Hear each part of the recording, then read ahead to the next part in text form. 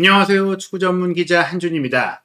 오늘 영상의 뒷부분에는 손흥민 선수의 프리미어리그 경기를 영국 현지에서 직관하실 수 있는 경기 티켓 증정 이벤트가 있으니 티켓 응모 방법 궁금하신 분들은 이번 영상 끝까지 시청해 주시기 바랍니다. 아쉬운 결과가 새벽에 있었죠. 카라바오컵 4강 2차전 토트넘이 1대0으로 1차전에 승리한 채 맞이한 안필드 원정에서 0대4의 참패를 당했는데요. 이 경기가 끝난 이후 두 가지 굉장히 주목할 만한 상황이 있었습니다. 포스테코글루 감독이 공식 인터뷰를 통해서 이 경기 전술 운영이 자신의 주도하에 이루어진 게 아니며 자신의 방식으로 경기를 한 것이 아니라는 사실을 밝혔고, 또 영국의 프리미어리그 레전드 출신 해설위원들도 포스테코글루 감독의 길을 잃었다라면서 선수단과의 합일이 되지 않고 있다고 말한 것입니다. 그리고 이 경기를 이긴 리버풀의 새로운 명장 아르네 슬롯 감독이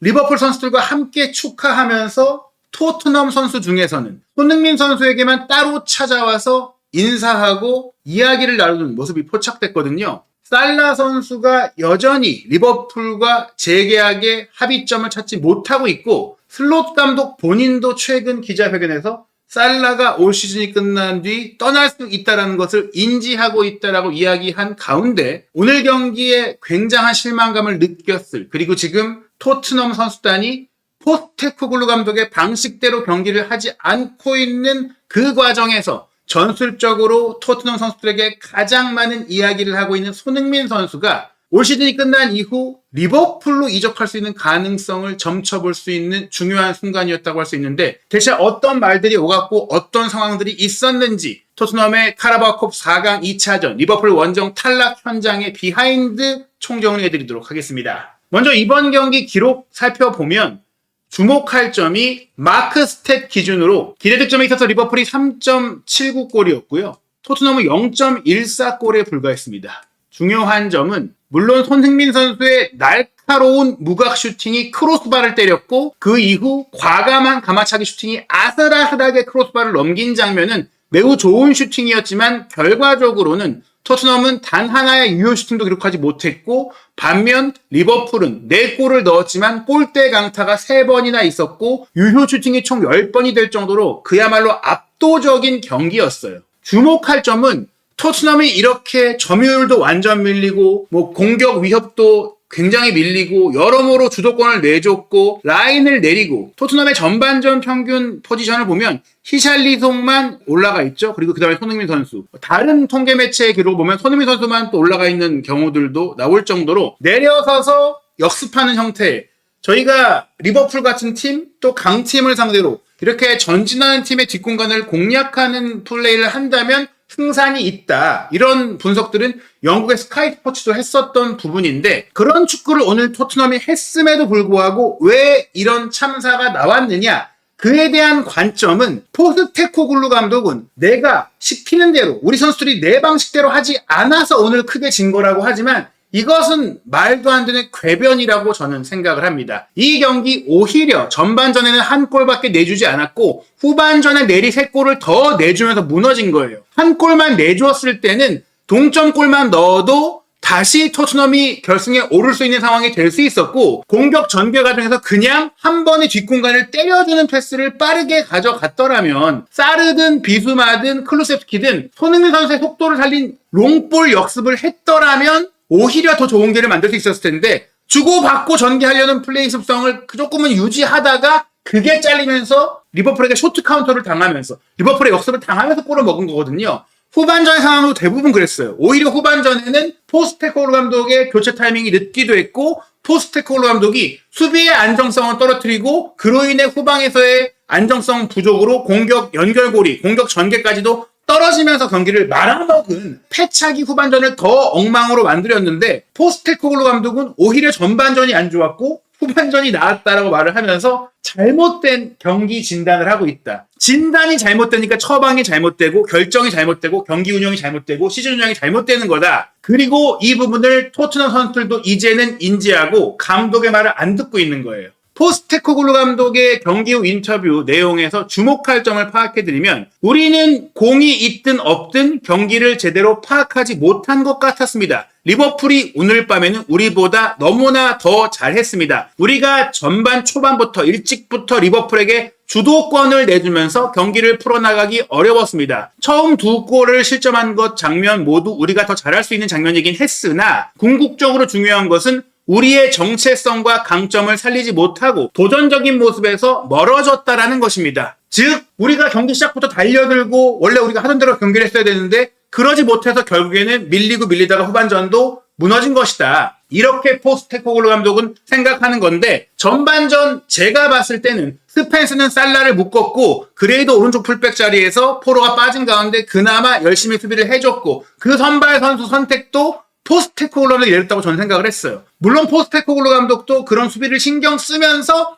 다만 플레이는 조금 더 공격적으로 가져가길 바랬겠지만 빡빡한 경기 일정 속에 브렌트포드 원정 다녀와서 안필드 원정을 온 상황 속에 토트넘 선수들은 조금 더 안정적으로 자의적인 판단하에 전술적인 자체 수정을 통해 운영을 한 것 같아요. 제이미 캐러거가 스카이 스포츠에서 직접 얘기했듯이 감독의 전술이 어떻다 해도 경기 중에는 선수들이 알아서 본인들이 어느 정도는 조율하고 음기응변을 할 필요가 있다고 얘기를 했고 그런 것들을 토트넘 선수들이 보여준 거라고 저는 생각을 합니다. 그 전반전 이후 후반전에는 하프타임에 분명 감독이 뭔가 얘기를 했을 것이고 그것을 온전히 무시하기 어려웠을 수 있고 그것에 설득됐을 수도 있겠죠. 그러나 오히려 후반전에는 포스텍 방식으로 경기를 더 하다가 완전히 경기를 망했어요. 그런데 포스테코글루 감독은 전반적으로 우리의 출발이 좋지 않았던 것이 문제이고 우리가 너무 소극적이었기 때문에 리버풀이 리듬을 타게 돼서 오늘 경기를 패배했다. 그래서 우리는 이제 여러분들 보시지 않았느냐? FA컵 경기가 일요일에 있는데 이제 이렇게 경기에 이기고자 하는 방법을 찾기보다 다른 방법을 찾기보다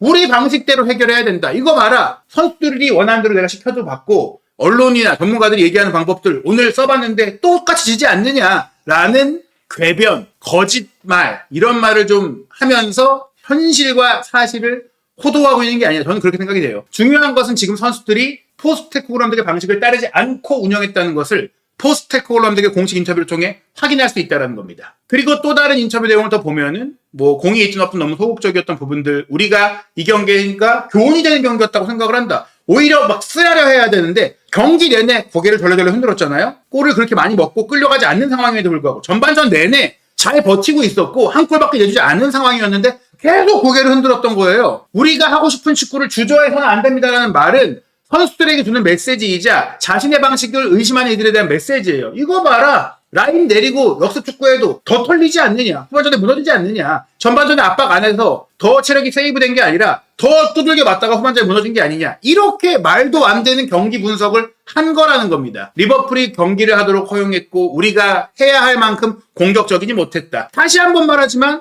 그들이 편안해지도록 만들었기 때문에 통제골을 찾기가 어려웠다. 전방 압박을 우리가 안 했기 때문에 라인을 내렸기 때문에 이렇게 됐다라고 얘기하는 거예요. 물론 여기에는 리버풀은 전력을 다할 수 있었고 부상자가 없었고 우리는 부상자가 많았기에 리버풀이 승리할 자격이 충분했다. 이렇게 얘기를 하게 되는데요. 실제로 토트넘은 이번 경기 리버풀이 쫓아오고 뒤집어야 하는 상황이었기 때문에 더더욱 그랬을 수 있지만 리버풀이 11개의 하이 턴오버를 기록하면서 전방 압박을 열심히 하는 동안 토트넘은 5개의 하이 턴오버였고 그마저도 가까이로 하이 턴오버 지역에 들어가서 했던 거니까 전방 압박을 거의 안 했어요. 그런데 문제는 토트넘이 공격을 전개할 때 여전히 포스테코글루 감독의 방식, 그 빌드업을 어느 정도는 수행하다 보니까 자기 진영에서 44번이나 공을 잃어버렸고 그로 인해 7번의 슈팅을 허용했다라는 점에서 이 부분까지도 토트넘 선수들이 더 신경 써서 다른 방식, 롱볼 방식, 더 뻥축구 방식, 더 실리적인 방식을 했어야 하는데 이게 애매하니까 안 통한 거예요. 감독까지도 같은 마음으로 이런 축구를 훈련부터 준비하고 패턴도 짜줬으면 내려서서 경기를 했어도 충분히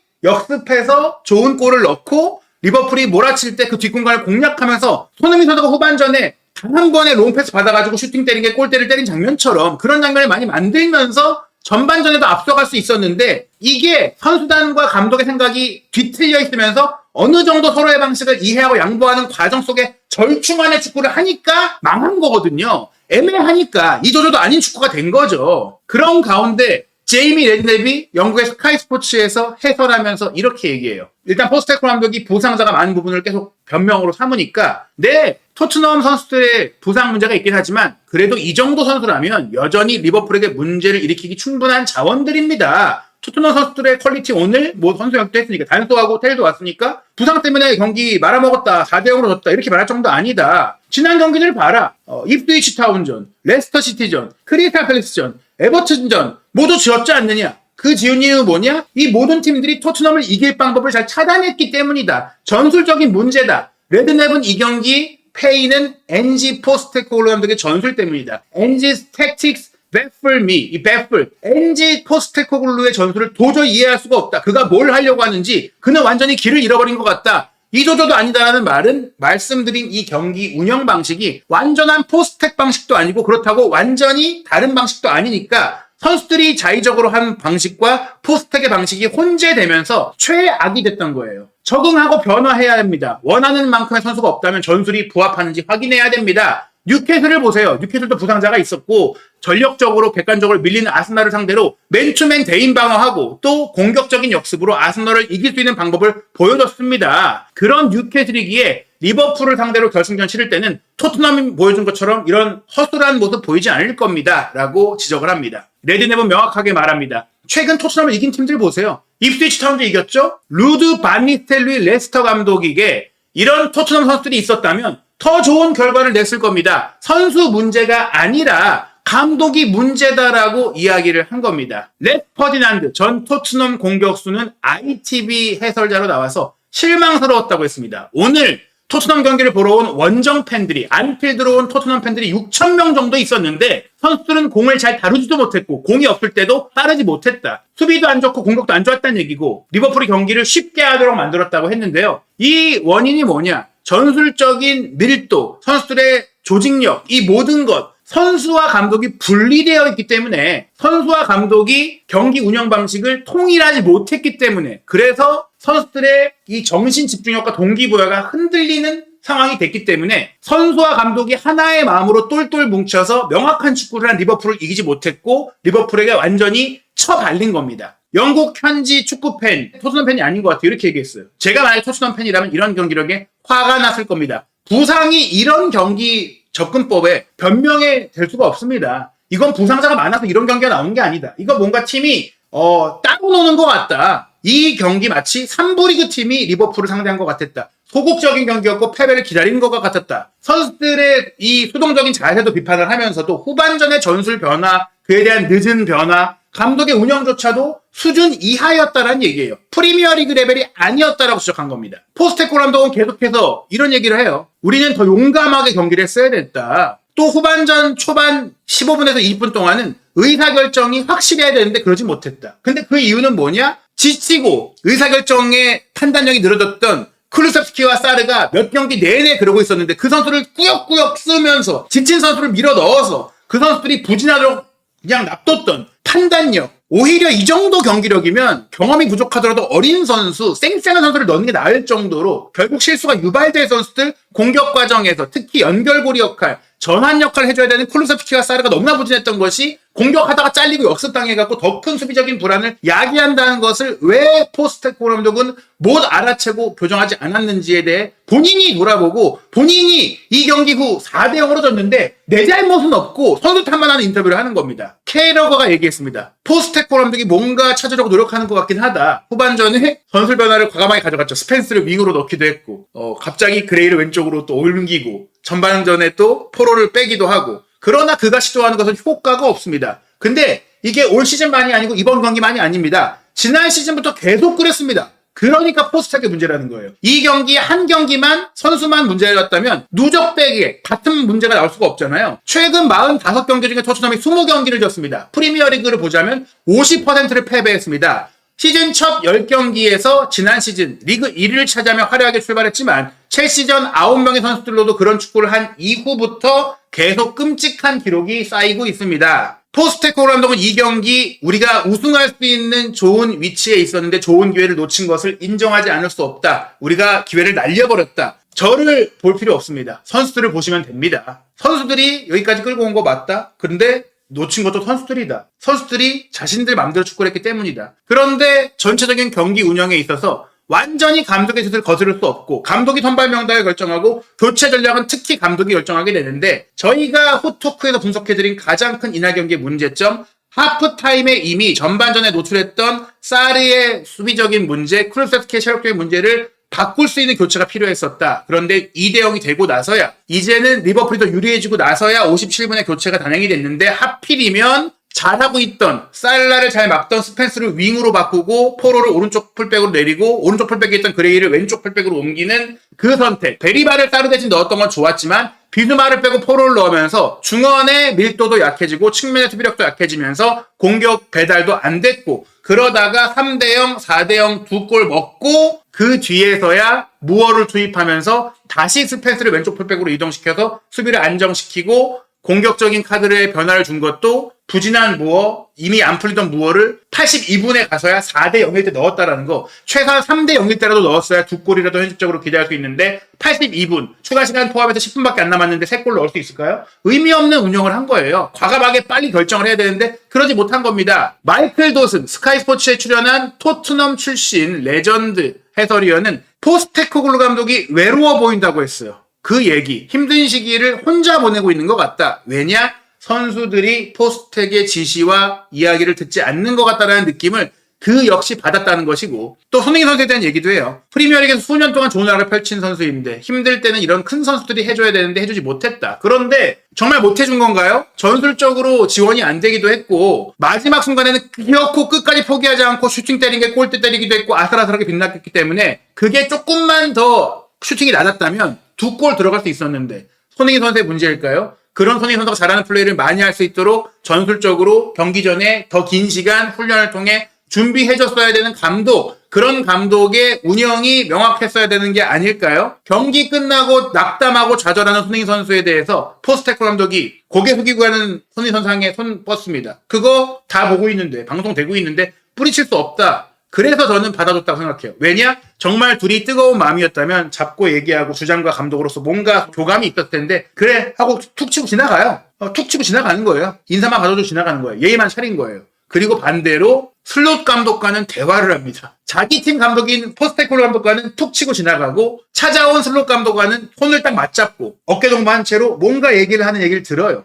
클롭 감독도 전에 그랬죠. 끝나고 리버풀 경기 얘기 막 나눌 때 서로 웃고 장난치고 그랬잖아요. 농담 삼아 얘기했지만 실제로 그 시즌 끝나고 리버풀이 손흥민 선수 영입하려고 움직이 있었죠. 이날 경기 끝나고 살라 선수도 손흥민 선수를 위로했고 둘이 특별히 친한 모습 보였는데 지금 리버풀은 살라가 떠날 경우 공격진에 새로운 선수를 찾고 있고 누네스를 어느 정도 슬롯 감독이 잘 쓰고 있지만 누네스에게 투입한 이정료, 누네스에게 주고 있는 연봉만큼 누네스가 잘해주지 못하고 있고 올 시즌에 영입한 이탈리아 공격수 페데리코 키에사도 이날 경기 겨울고 못 나올 정도로 부진한 경기력, 프리미어리그에 아직도 적응을 못한 모습을 보이고 있고 하포는 잘하고 있고 루이스 디아스도 좋긴 하지만 루이스 디아스의 계약이 올 시즌이 끝나면 2년밖에 남지 않고 조타의 계약도 마찬가지로 2년밖에 남지 않는 상황이고 엘리엇이나 커티스 존스나 이런 선수들의 경기력은 솔직히 아쉬워요. 그런 가운데 루이스 디아스는 리버풀의 재계약 제한을 수락하지 않고 있고 디오고 조타는 오히려 슬롯 감독이 오면서 가짜 9번 역할에서 주전 기회도 많이 받고 좋은 플레이를 보여주고 있긴 하지만 매각할 경우 그나마 수익을 챙길 수 있는 게 디아스와 조타 중에 한 명인데 그 중에 더 중요한 게 디아스거든요. 그러면 조타 팔고 키에사 결국 아쉬우니까 정리를 하면서 살라도 나간다면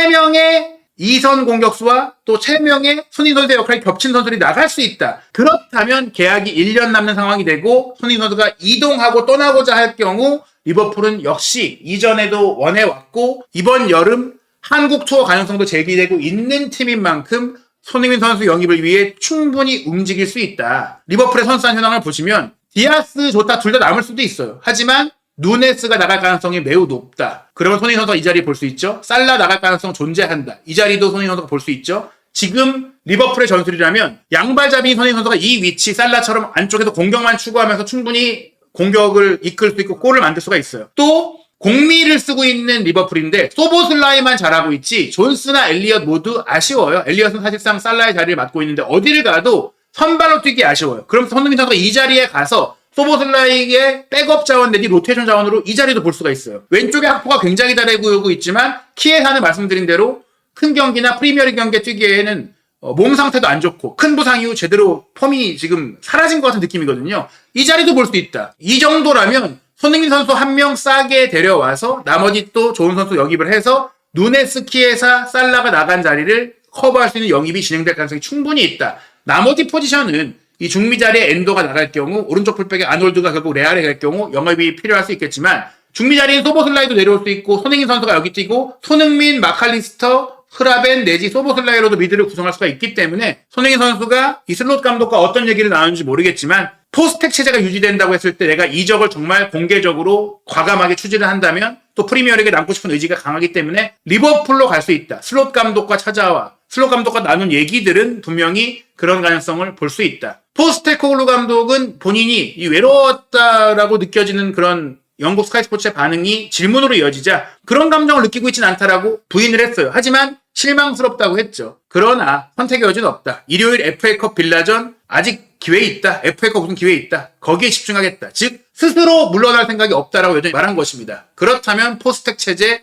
지금 상황에서 이 참패에도 불구하고 끝날 가능성이 없다라고 봤을 때 거액의 위약금까지 있기 때문에 자진 사임이 아니라면 본인이 상호 합의하에 위약금 없이 떠나자고 한다는 게 아니라면 여기서 손흥민 선수가 원하는 형태의 축구 그런 기대감을 받기가 어렵거든요. 물론 올 시즌은 끝까지 열심히 하겠죠. 그러나 이 리버풀이 정말로 진지한 관심을 보인다면 손흥민 선수는 옮길 수 있다고 저는 생각을 하고요. 2월 10일 월요일 새벽 2시 35분 FA컵 32강전도 이런 식으로 운영한다면 광탈하게 될 겁니다. 이 경기도 탈락을 한다면 과연 레비 회장은 어떤 결정을 내릴지, 그리고 이 경기도 만약에 탈락을 한다면 이어질 맨유, 입스위치, 맨시티전까지 리그에서도 다시 강등권으로 추락할 위험이 생깁니다. 어떻게 헤쳐나갈 수 있을지 손흥민 선수의 빌라전 FA컵 경기도 한준TV 구독, 좋아요, 알림 설정을 통해 최신 소식 빠르게 확인하시기 바랍니다. 오늘은 얼마 전 한 기업을 통해 공개된 영상부터 보여드리고자 하는데요. 미리 말씀드리지만 이 영상이 다소 충격적일 수 있다는 점 양해해 주시면 좋겠습니다. 얼마 전에 국내에 퍼진 한 영상이 큰 파장을 일으켰는데요.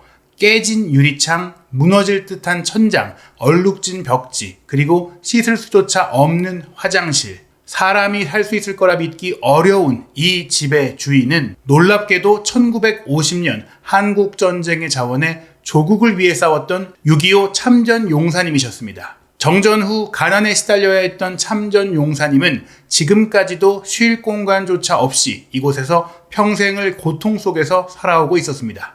고령의 나이에 피부암까지 앓고 계시지만 폭염 속에서 씻을 수 없는 화장실에서 한 달에 2번 오는 목욕차만을 기다리고 계셨던 건데요. 그런데 6.25 참전용사님의 소식을 들은 한 국내 기업이 당장의 지원을 결정하고 나섰다고 합니다. 인프레시, 이 기업은 폭염 속 가장 시급했던 화장실 수리를 먼저 지원하였으며 곧바로 대대적인 개선 작업에 들어갔습니다. 그리고 지금 그 참혹했던 곳은 여느 평범한 화장실과 같이 변화되었고 참전용사의 수십 년간 바라온 꿈이 이루어졌다고 하는데요. 자신을 잊지 않고 찾아준 한국인들의 보답에 깊이 감동했다고 합니다. 에티오피아, 필리핀, 태국 등 한국전쟁 참전국에 찾아가 의료, 물품, 금전 등 다방면의 지원 활동을 펼치며 정말 한국전쟁에 진심을 보이고 있습니다. 그리고 정말 멋있는 건 이 지원을 지속해온 이유에 한국인이기 때문에 단 한마디만을 남겼다고 하는데요. 그래서 오늘은 아름다운 기업 인프레시 후원 굿즈 소개와 함께 토트넘 경기 직관 티켓 이벤트를 알려드리고자 합니다. 우선 태극기 키링을 보여드리면 6.25 전쟁 당시 경주 학도병들이 참전 의지를 태극기에 새긴 이 역사적인 상징을 그대로 구현해내었는데요. 실제 장인과의 협업을 통해 오랜 시간 심혈을 기울여 만든 거라고 하고요. 총 5가지의 키링이 있습니다. 자세히 보시면 진짜 퀄리티가 높아요. 그리고 이 볼캡은 평소에 쓰기 좋은 심플한 디자인인데 검정색도 있거든요. 뒤에 보면 이렇게 태극기가 있고 Things to Remember, 기억이라는 주제로 참전 용사들의 노고를 알리고 있습니다. 현재 이 모자는 특별한 이벤트도 진행 중인데요. 구매자 중 2분을 선정해 직관 티켓을 증정한다고 합니다. 당첨자는 인프레시에서 개별로 연락드리고요. 뜻깊은 후원에 동참하시면서 토트넘 직관 티켓의 주인공이 될 이 특별한 기회를 꼭 잡아보세요. 이 기업의 행보에 많은 관심 부탁드리며 상품 구매처는 고정 댓글을 통해 남겨드리겠습니다. 국가를 위해 헌신한 영웅들의 삶이 조금이라도 나아질 수 있도록 많은 분들의 응원과 관심을 부탁드립니다.